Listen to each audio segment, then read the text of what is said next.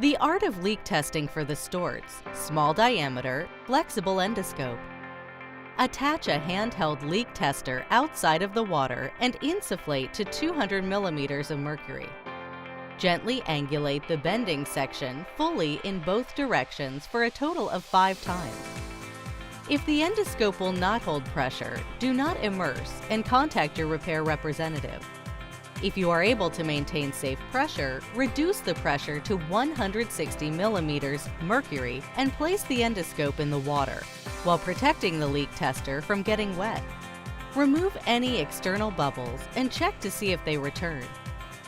For T-LUR models, attach a syringe to the instrument port.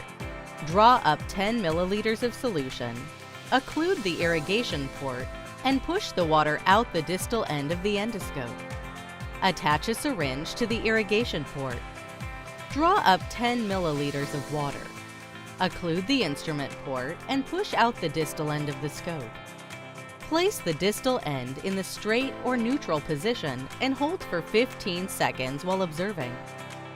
Angulate the distal tip to the up position and hold for 15 seconds while observing. Angulate the distal tip to the down position and hold for 15 seconds while observing. Return the distal tip to the straight position and hold for 15 seconds while observing.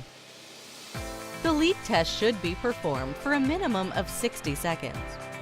Once the endoscope has passed, remove it completely from the water prior to releasing the air pressure.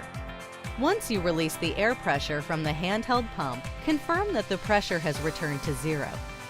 Disconnect the leak tester and proceed with the cleaning process.